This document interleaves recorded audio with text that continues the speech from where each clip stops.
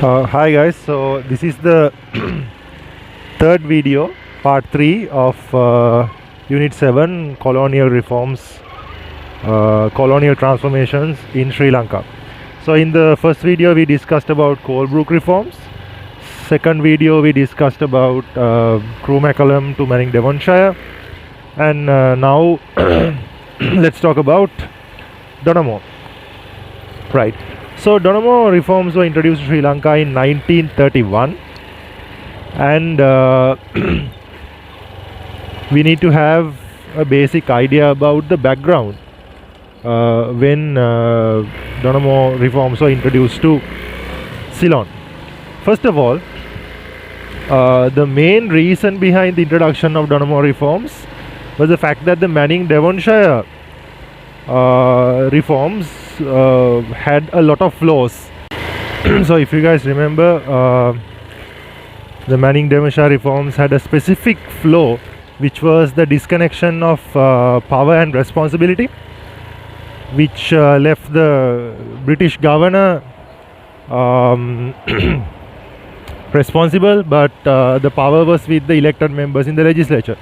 So after the Manning Devonshire reforms, not only the local leaders, the governor himself requested for some new reforms, because all this time it was the local people, local leaders were the ones who asked for reforms. Now this time the governor himself requested the British colonial rulers to introduce new reforms because of this disconnection between power and responsibility problem. So following that, there was another reason that Britain had a Labour Party government which followed a very lenient policy on colonies, and other than that, the Britain had already sort of decided to let go of Ceylon and to decolonize and let go of their colonies. So they were planning on giving us independence in like late 1940s. In order to do that, they had to train Ceylonese to handle independence. So the Donoughmore reforms is basically the initial step to train locals to handle dominion status. We were given dominion status in 1947 under Salisbury reforms. This was like the warm up for Salisbury. So the Donoughmore Commission mainly focused on training locals and giving locals a governance system with a lot of responsibilities. So they realized that all this time locals have been taking part in the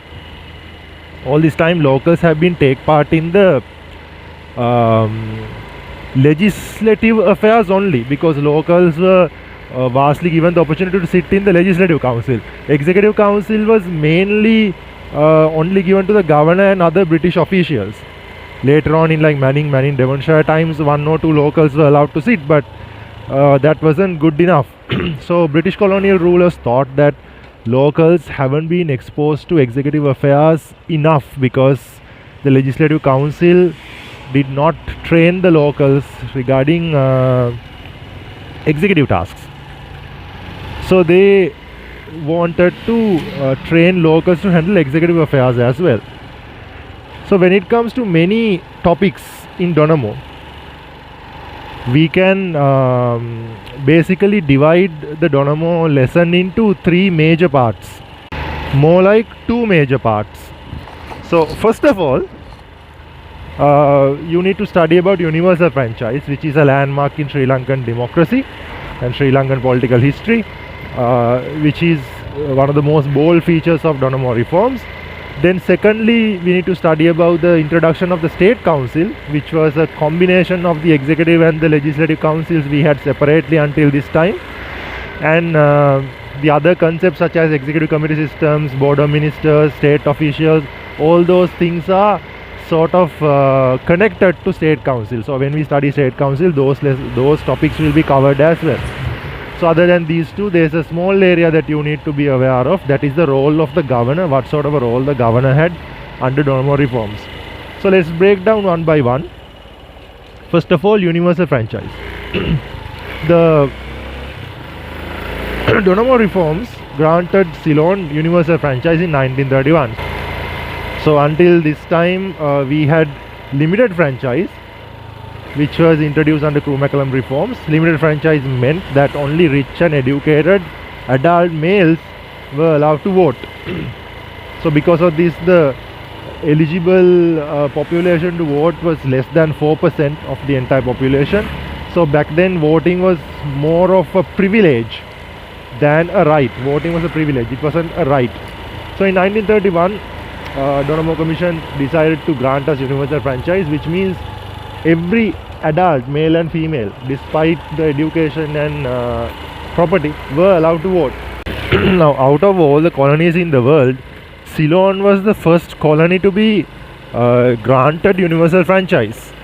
Now, given the fact that in the US also the universal franchise was given in like 1918, even in Britain I think it was somewhere close like 1916 or 1918, somewhere like that.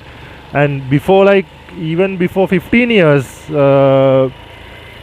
passed, Ceylon was granted universal franchise, which is a bold feature in our political history. Now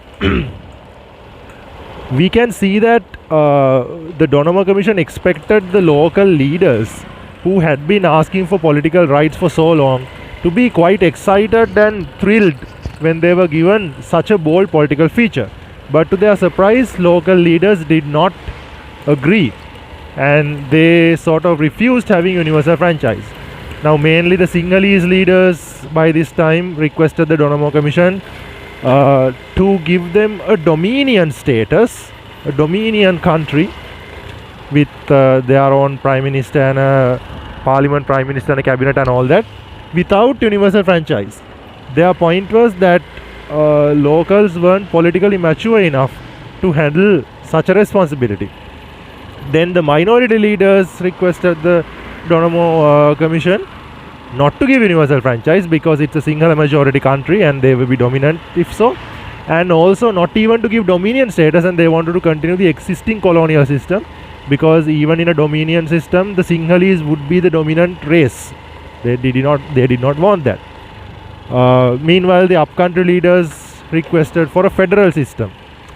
Other than this, the Labour Party, we had a Labour Party back then which was ran by, not to confuse that this wasn't a political party per se, you call this a political party like organization. It wasn't exactly a political party, although they call it the Labour Party. This was led by A.E. Gunasinghe, and his labour movement was the only social movement and only group that were in favour of universal franchise, because A.E. Gunasinghe believed them having universal franchise as a positive feature, because that way the labourers can sort their problems out, because having something like universal franchise would make the politicians address the problems of the poor class. So anyhow, the Donomo Commission was kind of shocked to see that the local leaders who have been asking for political rights all this time to reject such a bold political feature, but the British government addressed them and said that they understand that the elite class or the politically privileged class would not like the idea of every single citizen being allowed to vote, because that would sort of take a toll on their class privileges. So because of that, they advised the Donomo Commission to grant universal franchise anyway. So what were the reasons behind the introduction of universal franchise? That if you are writing an answer, you need to discuss about the background for universal franchise. You need to mention about the difference between limited franchise and universal franchise. Then you need to sort of explain how local leaders responded to this suggestion. Then you need to talk about the reasons behind the introduction of universal franchise. So first of all, they wanted to lay the foundation for dominion status, because they were expecting to give us dominion status later on. So what they initially did was they gave us Donomo reforms, which trained the local political leaders through the state council and the local population through universal franchise, that they got the training to handle dominion status later on. Then the second point is the second reason that the Donomo Commission saw that the educated middle class, or as the elite class of Sri Lanka, Ceylon, they were sort of dominating politics, and they had created a political monopoly, that they would vote themselves and appoint themselves to these legislative councils and all these political institutes, whereas the general population, they were kept away from political system. So the Donomo Commission wanted to sort of break this political monopoly of the elite class. And thirdly, there was a huge development gap between the villages and the cities. Now, I have told you guys in our classes, just imagine, picture in your mind what the Colombo city looked like in 1833 when Colebrook reforms were introduced. And then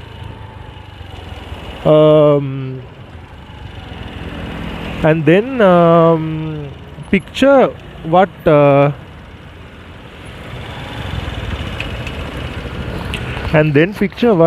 Colombo city looked like in 1931 by the time Donomo reforms were introduced. Basically there is a drastic difference because like in 1833 the Colombo was not developed that much, but by 1931 we had hotels, fixed roads, cars, all these institutes, big schools, gas lamps, radios, telephones and all these things. But if you picture how a Sri Lankan village looked like in 1833 and what it looked like in 1931, not much of a difference. You would still see paddy fields and clay houses and cows and all that. That's because from 1833 to 1931 the Sri Lankan politics was monopolized by the elite class, which means basically the population in cities, and they only focused on developing their own areas. The villages weren't even nearly developed as much as the cities were. So the Donomo Commission wanted to stop this. So they wanted to give the universal franchise. So the politicians, basically the representatives, would have to take the votes of people in villages. Hence they will have to develop the villages as well in order to get the votes. So that way the development gap between the cities and the villages would be balanced. Okay. Other than that, the fourth reason was that by this time in Europe they were sort of embracing the idea of welfareism.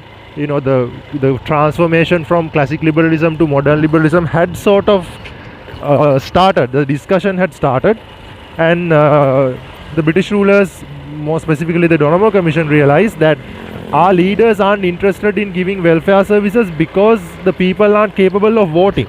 If people are capable of voting, if the politicians have to depend on their vote to be elected as representatives, they will have to provide welfare services. Now, one of the closest examples is, the leftist movement had to address the malaria victims in Sri Lanka at that time in 1920s because the representatives weren't doing anything. This shows that our representatives had no interest in serving the lower layers of the society. So Donomo Commission expected the local leaders to focus on welfare by granting us universal franchise. Other than that, number 5, they needed to establish the concept of people sovereignty in Sri Lanka, in Ceylon. Other than that, the idea of representative democracy, as number 6, the idea of representative democracy also had to be established in Ceylon, because the Donomo Commission didn't really agree with the current representation system we had with limited franchise, because the Donomo Commission said that the public representatives aren't really selected by people. So for representative democracy to be meaningful, the public has to have the right to vote. And other than that, of course, as I told you as the 5th point, people sovereignty was not there because people weren't allowed to vote. So these are the reasons behind the introduction of universal franchise. So after mentioning the reasons, you can mention the implementation of universal franchise in Ceylon. Now, in the very first state council election in 1931, which was held under universal franchise, um, we had a quite large voter turnout. 54% of the people turn out to vote. Now, that is actually quite mind bending, because even today, after like nearly 90 years of universal franchise and democracy, even up to date, sometimes in local government elections and all, that is sort of the voter turnout we have, like 55, 54, 50, that range. So in the very first election of Ceylon, now the Ceylonese not having the idea of an election at all, the general public, they turn out to the polling centers and they casted their votes. 54% of the locals actually voted. In some areas like Panadura had the highest voter turnout, which was like 76%, which is like quite impressive about the locals. So this proved that the elite class people's opinion on the local public, that our people are not capable of handling such a responsibility, was completely baseless. So that was the implementation of universal franchise. Then you can move on to the outcomes.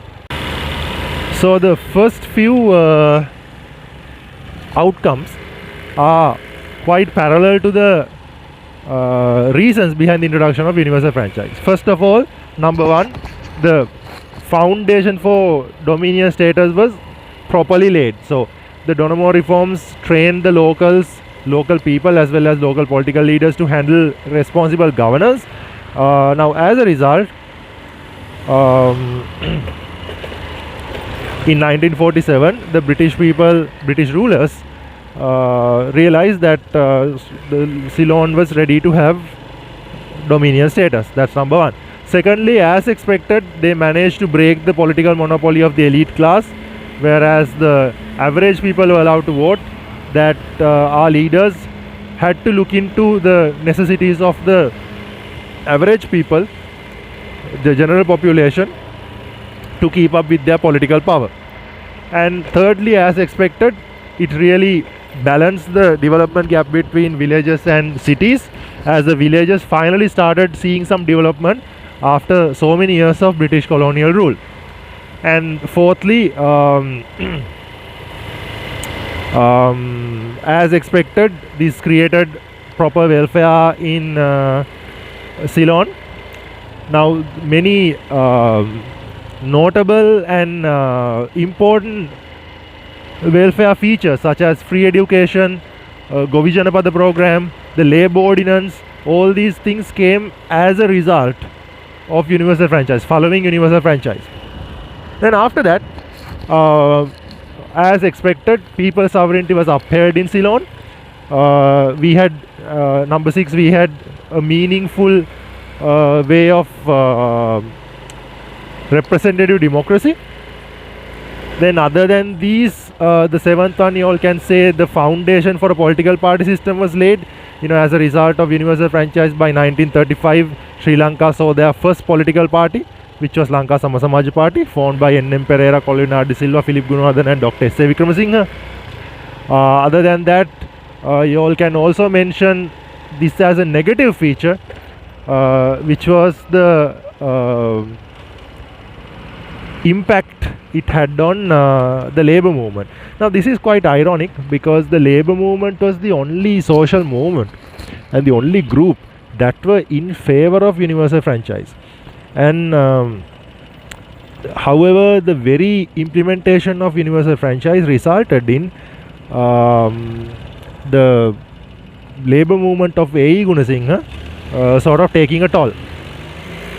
Now, this is exactly what happened. If you all are right in this point, you all need to explain this properly. It's not that difficult. Basically, this is what happened. Now, the labour movement and A.E. Gunasinghe were in favour of universal franchise, because finally, with universal franchise, the politicians and the representatives will address the issues the labour movement had, which was correct. It was not incorrect, because as expected, the labour ordinance was passed and the labourers' issues were addressed by the representatives.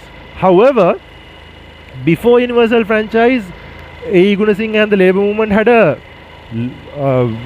wide participation from the common laborers because they had issues, and now that their issues were getting sorted little by little, the laborers sort of lost interest in joining the labor movement. So it was quite unfortunate, the fact that after universal franchise and once the laborers' problem started being addressed, they stopped turning up to join the movement, and they lost the enthusiasm in joining the labor movement. So because of that, the labor movement sort of took a toll with universal franchise. However, in conclusion, we can say that 1931 universal franchise was a quite bold political move, bold political feature, and it was a landmark in Sri Lankan politics, Sri Lankan political history, despite having like a few, very few negative aspects. This is mostly a bold and a proud political movement for Sri Lankans.